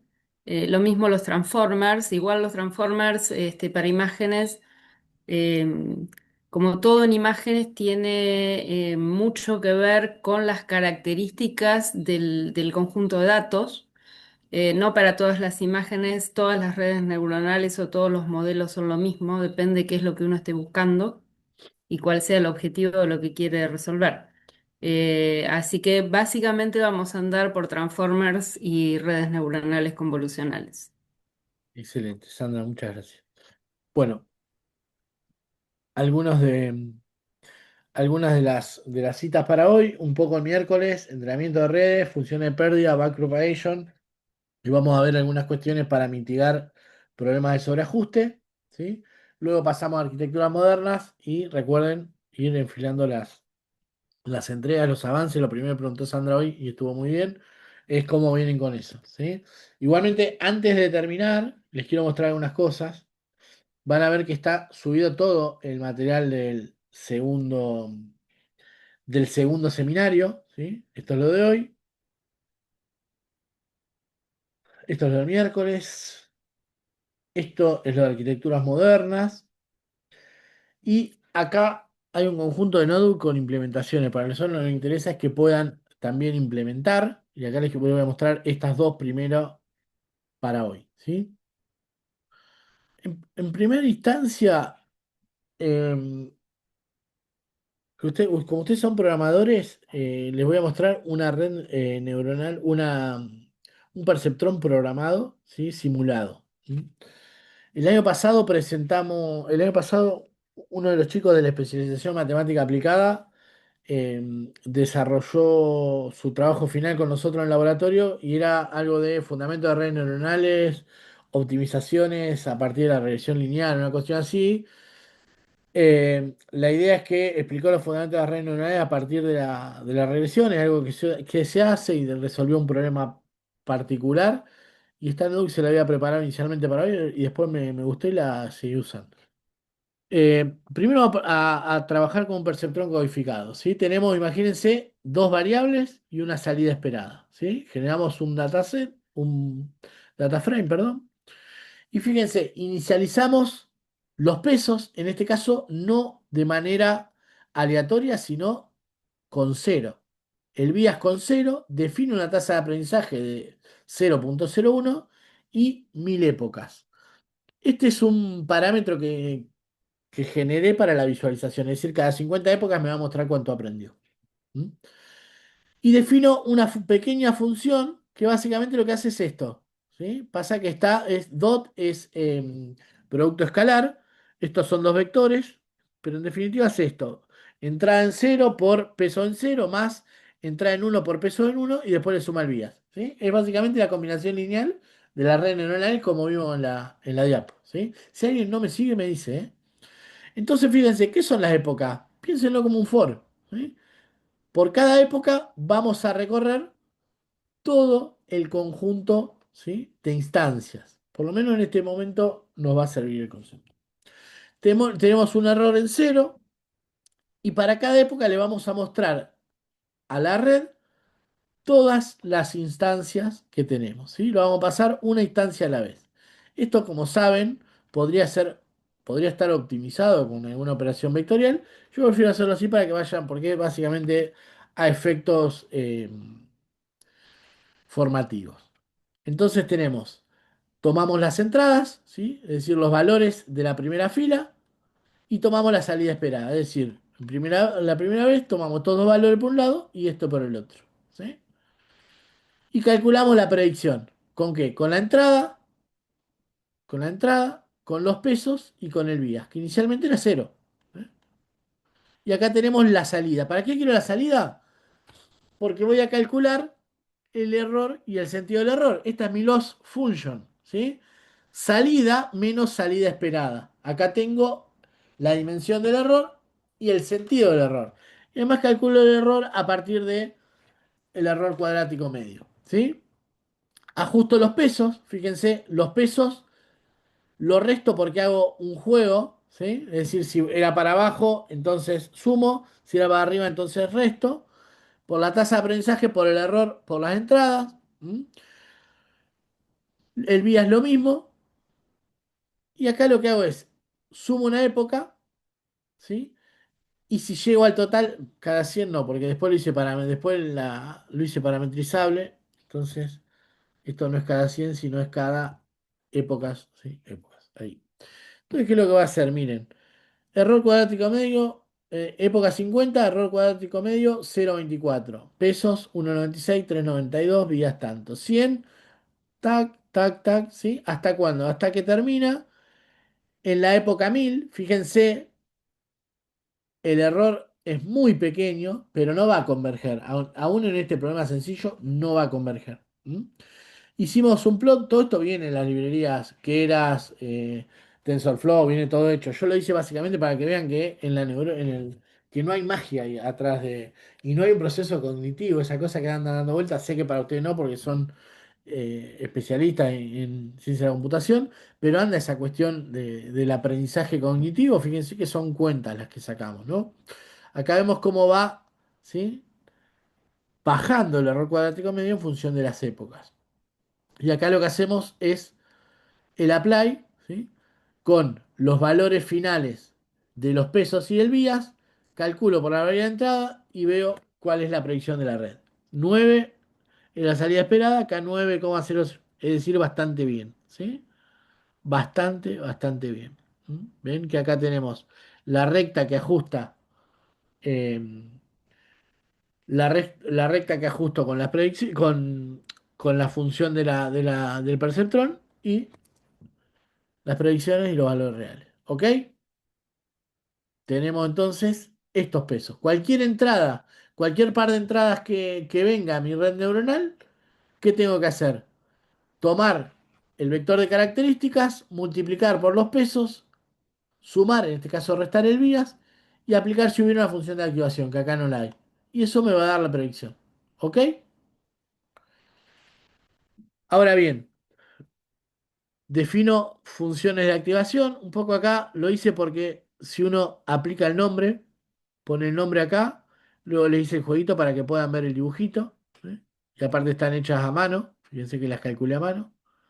Están de vuelta todas implementadas, tiene que ver con una cuestión en sentido de vuelta formativo. Y acá hacemos lo mismo con TensorFlow, ¿sí? Dataset, variables, ¿sí? Y acá definimos o diseñamos nuestra red. Como entradas, ¿cuánto tengo? Dos entradas, ¿sí? Una capa densa, es decir, la única neurona que va a tener, una capa densa de una neurona, ¿sí? Sin función de activación, que recibe los inputs. Agarro ese modelo y lo compilo o lo creo, ¿sí? Esto quedó mal. Acá lo compilo, ¿sí? Y acá hago un modelo punto .fit. Básicamente ese modelo punto .fit está haciendo lo que hacíamos hoy nosotros, ¿sí? Predicciones finales, predicciones, ¿sí? No quiero ostentar, pero nuestro modelito manual ajustó mejor. Nada, tiene que ver con que acá hay 100 épocas en el nuestro hay 1000, ¿no? Pero, bueno, un poco lo que quería mostrar de esta red, y acá muestro que era esto. Ah, básicamente una red neuronal de dos capas, ¿cómo modelarla? ¿Sí? Tenemos siempre el input, las capas, fíjense que cuando son feed forward, es decir, perceptores multicapa, son siempre capas densas. Densas porque están fully connected. Con una función de activación, ven que le ponemos función de activación por capa, es decir, tenemos dos inputs, una primera capa oculta de cuatro neuronas, con una función de activación, una función, otra capa y una capa de salida, ¿sí? Con una única neurona, ¿sí? ¿Por qué una única neurona? Porque vamos a hacer una clasificación binaria. ¿Recuerdan lo que dijimos? Clasificación binaria es una única neurona con función de activación sigmoide, ¿sí? Por ahora no les mentimos. Ya más adelante probablemente cambie eso, ¿sí? ¿Se entiende? Bueno, acá un poco la activación de cada neurona. Y otra cosa que les quería mostrar, a mí me gusta mucho Keras para enseñar, me parece que es mucho más claro que TensorFlow. TensorFlow es mucho más performante. Pero acá les dejamos una suerte de guía para redes neuronales feed forward, es decir, hacia adelante. Perceptores multicapa son lo mismo, ¿sí? Esto es lo mismo. Pareciera más precario cuando hablamos de perceptor multicapa, pero es lo mismo de una red neuronal feed forward, es decir, solo hacia adelante. ¿Qué le dejamos? Algunas cuestiones, ¿sí? ¿Cómo definir una red neuronal? ¿Sí? Capa de entrada recibe un vector de características, es decir, va a tener tantas entradas como variables el vector de características. Capas ocultas, vamos a tener un conjunto de capas ocultas, siempre son densas cuando es feed forward, después cuando sean convolucionales habrá convoluciones, habrá diferentes pooling, habrá diferentes estrategias, pero en el feed forward siempre denso hacia adelante. ¿Mm? Y tenemos pesos y sesgos, uy, se me acá, como siempre, y funciones de activación. ¿Ok? Bien. Cuando vayamos a compilar un modelo, básicamente vamos a definir una métrica, una función de pérdida, un optimizador. El optimizador determina a partir del backpropagation cómo actualizar los valores de cada neurona en el backpropagation, ¿sí? Eso es importante. ¿Sí? Entonces, supongamos que queremos una red neuronal para clasificación, ¿sí? Clasificación binaria, ¿sí? Entonces tenemos, si tenemos dos entradas, voy a definir un input con dos entradas. Y luego lo que voy a definir es una neurona de salida con una única neurona, con una capa de salida con una única neurona y una función sigmoide. En general, las capas ocultas, como vimos hoy, van a tener una función de activación ReLU. Eso puede cambiar, es totalmente arbitrario, pero nos lo indica la empiria. Fíjense que como hiperparámetros tenemos el learning rate, que es la tasa de aprendizaje que ya vimos, una función, ¿sí? eh, de costo, una función de pérdida, nosotros vimos una más pobre, ya podemos incorporar estas, y una métrica para ir monitoreando el aprendizaje. Una cuestión interesante, ¿sí? Que creo que más abajo lo digo. Porque la pregunta siempre es, y creo que Sandra va a coincidir, es ¿y cómo defino las neuronas y la cantidad de capas en el medio? Es decir, está claro que los inputs varían en función del vector de características, que el output y la función de activación del output varía en función del tipo de problema. Bueno, la realidad es que acá vamos a ir tratando de calibrar esa arquitectura. Lo que hay una suerte de heurística también, que vamos a definir muchas neuronas en las primeras capas ocultas y después en general los vamos a ir recortando de a mitades, ¿sí? Es como que va a quedar una cuestión media empinada hacia el final, pero de vuelta, es una heurística, ¿sí? No es una restricción. ¿Mm? Acá vemos que cuando compilamos podemos hacer un summary del modelo y más o menos nos va a explicar por cada capa que tenemos cuántos parámetros entrenables, ¿sí? Cuántos input, output y el total de parámetros. Si tenemos multiclase, imagínense que tenemos un input de 10 neuronas, de 10 features, vamos a tener 10 entradas. Si tenemos tres clases, vamos a definir tres neuronas con una softbox. Fíjense, no les mentimos por ahora. Y si tenemos un problema de regresión, input, tantos input como neuronas, como valores de entrada, perdón, y una activación lineal. ¿Sí? Podríamos aplicar algo un poco más complejo, pero en general esto funciona. Y acá tenemos algunas heurísticas asociadas a las capas. ¿Sí? Esto de ir generando la pirámide decreciente. Y alguna cosita más. No quiero avanzar mucho más, pero quiero mostrarle algún ejemplito. El XOR, acá tenemos algún ejemplo. Ajusta bien. Fíjense que accuracy de 1 con una única capa oculta de 4 neuronas resolvimos el problema por el cual Marvin Minsky y Seymour Papert nos frenaron 22 añitos más o menos de investigación de redes neuronales. Y alguna... Ah, esto quería mostrar. Fíjense esto. ¿Sí? Tenemos esto que hablábamos de la regresión, el ajuste de regresión. Fíjense una regresión no lineal.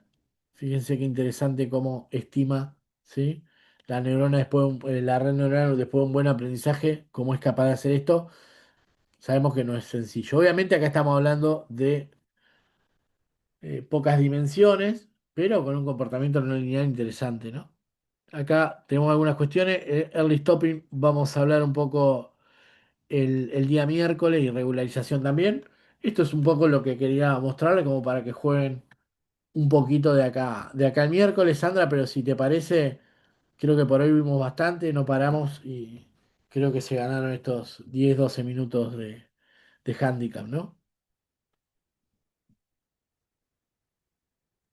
Sí, totalmente. Además, me parece que está bueno que puedan, probando todo esto, también ir pensando en modelos, en cómo se definen esos modelos, en cómo voy parametrizando, cómo me conviene, qué es lo que tengo que pensar, qué es lo que tengo que mirar.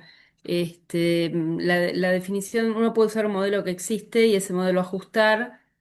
Uno puede ajustar el modelo en función del problema y en ese sentido los parámetros, hiperparámetros y demás son las variables que uno tiene que mirar para eso. Así que está bueno empezar a pensar en eso. Bueno, ¿cuántas capas? ¿Cuántas características? ¿Cuántas entradas? ¿Cuántas salidas? ¿Qué tipo de problema voy a resolver? Está bueno. Me parece que es un buen ejercicio, ¿no? Totalmente. Sí, es uno de los principales desafíos también, ¿no? Elucubrar o descubrir cuál es la arquitectura con todas sus variantes, ¿sí? Juan, Fede, Bruno, Leo, ¿alguna duda hasta acá? ¿Se entendió? ¿Algo que quieran que repasemos? Se entendió todo, por mi parte. Nada, voy Bien. a probar esas notebooks a ver cómo funcionan, pero ninguna duda. Bueno, me alegro, Fede. ¿El resto? ¿Cómo vienen? No, tampoco ninguna duda de mi parte, profe. Bueno, me alegro, Leo. Juan, qué Eh, raro. yo, Sí, yo sí tengo una duda. dale. Está muy En bien. el TensorFlow, si no es es algo en especial el TensorFlow lo que se necesita para procesarlo. No, O sea, yo estoy diciendo hardware, hardware. no, a ver, TensorFlow está parado sobre una estructura de tensores. Eh, TensorFlow es una librería diseñada por Google, que de hecho en en la evolución del hardware sabemos que viene CPU, GPU, y seguramente ustedes escucharon hablar de TPU. ¿Sí? TPU lo crea Google para tener hardware específico para el procesamiento de tensores para problemas vinculados a redes neuronales, ¿sí? Es decir, es una librería para la compilación y entrenamiento de redes neuronales basada en tensores. Lo que pasa es que cuando uno se pone a trabajar, es lo que mismo que pasa en Matplotlib o Seaborn en visualización, es decir, una es de más alto nivel y otra de más bajo nivel. En general, la sintaxis de la librería de TensorFlow a mí me parece menos agradable para una primera vista de la compilación de redes neuronales, lo cual seguramente va en el sentido contrario de lo que opinen la mayoría de los especialistas en redes neuronales, ¿sí? Es una cuestión de gustos totalmente arbitraria, ¿sí? Por eso no pude con mi genio y armé una notebook con cada librería, pero me parece para entender inicialmente redes, a mí me gusta Keras, es mucho más expresivo, pero la verdad es que TensorFlow es mucho más performante justamente porque se para arriba de la idea de tensores, de los tensores como estructura de datos que son súper performantes, ¿sí? Pero no es que necesitemos algo en especial, todo lo contrario, son más performantes justamente. No, y perdón que me meta, digo, No, tiene que ver un poco con todo lo que tenga que ver con el uso de redes neuronales, está asociado a costos computacionales altos. Esto que vimos hoy tiene que ver con ejemplos que son muy breves, pero si uno trabaja con datos reales, el conjunto de datos es un conjunto de datos generalmente costoso ujú, desde el punto de vista computacional. Entonces, también tiene que ver con esas librerías, digo, con cómo administrar de la mejor claro, manera esos recursos de software, de hardware a través del software. totalmente, Y entonces, en lugar de que uno esté inventando cómo arma la estructura para todos esos datos, bueno, eso ya está todo preformateado, digamos, ¿no? Pasa con totalmente, imágenes, lo van a ver, hay estructuras específicas para eso, por eso las convolucionales o la forma en la que se trabajan las convoluciones para las imágenes ya están implementadas con librerías que uno usa de base. totalmente. Sí, básicamente la diferencia está ahí, Juan, en que se para arriba de los tensores y eso hace, como dice Sandra, un mejor aprovechamiento del hardware. ¿Mm? ¿Alguna duda más, Juan? Tenemos todavía tiempo, ¿eh? No, no, ninguna.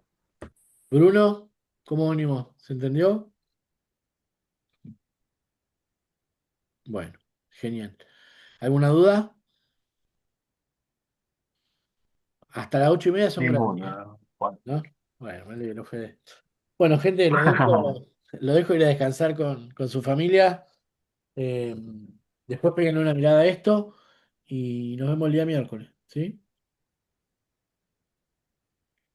Bueno, genial. Perfecto. Está bueno, Bruno. Me alegro que vengas con ganas el miércoles, que te conectes con ganas.